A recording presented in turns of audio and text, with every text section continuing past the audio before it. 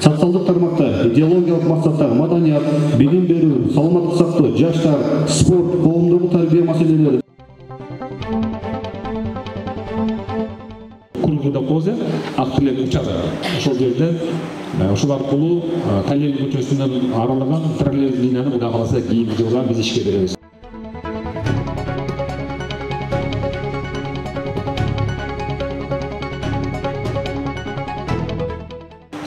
Маршруткада иштебей кетип калды. Аларга шофёрдун жолун тосуулар. Колунан кечки телефон түшпөйт дейт да.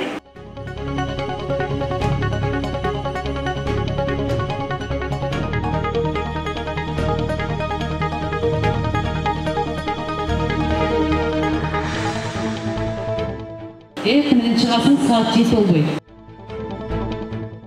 Ошол жумасына 2 жолу жолдон барып текшерип турат.